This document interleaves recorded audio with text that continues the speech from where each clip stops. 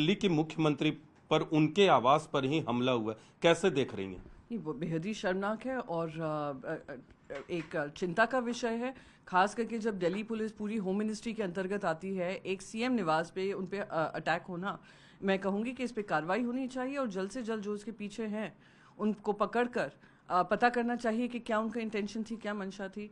मैं उम्मीद करती हूँ she is safe, but I also expect जो लॉ एंड ऑर्डर की व्यवस्था सब लोग बार बार दिल्ली को लेकर करते हैं, अब दिल्ली सीएम के घर तक पहुँच गई है तो कहीं गृह मंत्री इस पे संज्ञान लेंगे। कुछ नेता हैं वो कह रहे हैं कि दिल्ली में महिला सुरक्षा की बात होती है, दिल्ली के मुख्यमंत्री भी महिला हैं और उन पर उनके आवास पर ही हमला हो जा रहा है। इसमें महिला पुरुष की बात आप एक तरफ रखिए, हर चीज में ये बात करना, यहाँ पे देश आज दिल्ली में महिलाएं तो असुरक्षित हैं ही, साथ ही साथ आप ये सोचिए chief minister, sitting chief minister हैं, उनके ऊपर हमला होता है। It's about the chair.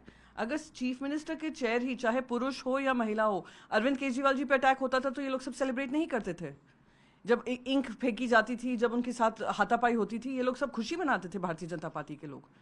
तो वही कानून व्यवस्था की जो प्रॉब्लम चल रही है, जो गृह मंत्री आंख बंद कर बैठे हुए हैं और दिल्ली पुलिस पूरी तरीके से असक्षम रही है, ये चिंता का विषय है। मैं इसमें कोई राजनीति नहीं करना चाहती हूँ, पर ये चिंता का विषय है कि अगर मुख्यमंत्री के आवास पर ये हो जाता है तो सख्त से सख्त इस पर कार्रवाई होनी चाहिए। दूसरा मसला है मैम, संसद में सरकार की तरफ से एक ऐसे कानून को लाने की तैयारी बिल के जरिए जिसके तहत प्राइम मिनिस्टर हो, चीफ मिनिस्टर हो, कोई भी मंत्री अगर सीरियस चार्जेस में फंसता है तो 30 दिन बाद उसकी सदस्यता खत्म हो जाएगी। नहीं, फंसता है और कन्विक्ट होता है, उसमें जमीन आसमान का अंतर है।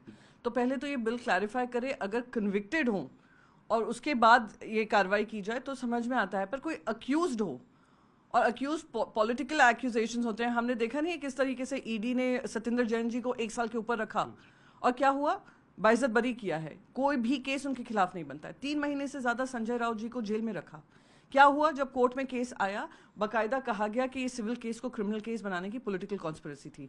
फिर आप अरविंद केजरीवाल जी को देख लीजिए, आप संजय सिंह जी को देख लीजिए, अनगिनत ऐसे ऑपोजिशन के हेमंत सोरेन जी को देख लीजिए, अनगिनत ऐसे लोग हैं जिनको जेल में, सिटिंग चीफ मिनिस्टर्स को, ऑपोजिशन के चीफ मिनिस्टर्स को जेल में भेजा गया है। तो ये अगर इस तरीके का हथकंडा अपनाकर ईडी, सीबीआई, आईटी तो इनके हवाले है ही, अब एक कानून के आधार पर अगर इस तरीके की मनमानी करेंगे तो ये दुर्भाग्यपूर्ण होगा। अंतिम सवाल करूंगा आपसे मैम, आप लोग के विपक्ष ने खड़ा कर दिया है उम्मीदवार उपराष्ट्रपति के लिए, आप लोग का आंकड़ा पिछले 2 चुनावों से मजबूत है, कितना कड़ा फाइट दे पाएंगे इस बार? सबसे इम्पोर्टेंट फाइट ये इस पे है कि एक तरफ है वो विचारधारा जो समावेशी नहीं है, जो संविधान पे विश्वास नहीं रखती है, जो प्रजातंत्र के उसूलों पे विश्वास नहीं रखती है, और एक तरफ हम जिसकी लड़ाई लड़ रहे हैं, चाहे वो संविधान को लेकर हो, प्रजातंत्र को लेकर हो, जिस तरीके से वोट चोरी के माध्यम से इलेक्शंस को ही फिक्स किया जा रहा है, chipping away at India's democracy और कॉन्स्टिट्यूशनल राइट, वोटर के कॉन्स्टिट्यूशनल अधिकारों का हनन किया जा रहा है। उसी तरफ हम एक ऐसे former chief justice of Andhra Pradesh रख रहे हैं जिन्होंने प्रजातंत्र की लड़ाई लड़ी है, जिन्होंने संविधान को अपहोल्ड किया है एज अ सुप्रीम कोर्ट जज। तो अब वो एमपीज एमएलएज के आंकड़ों के हिसाब से, एमपीज के आंकड़ों से डिसाइड होगा लोकसभा और राज्यसभा के। हाउएवर जो डिफरेंस है वो ऑब्वियस है।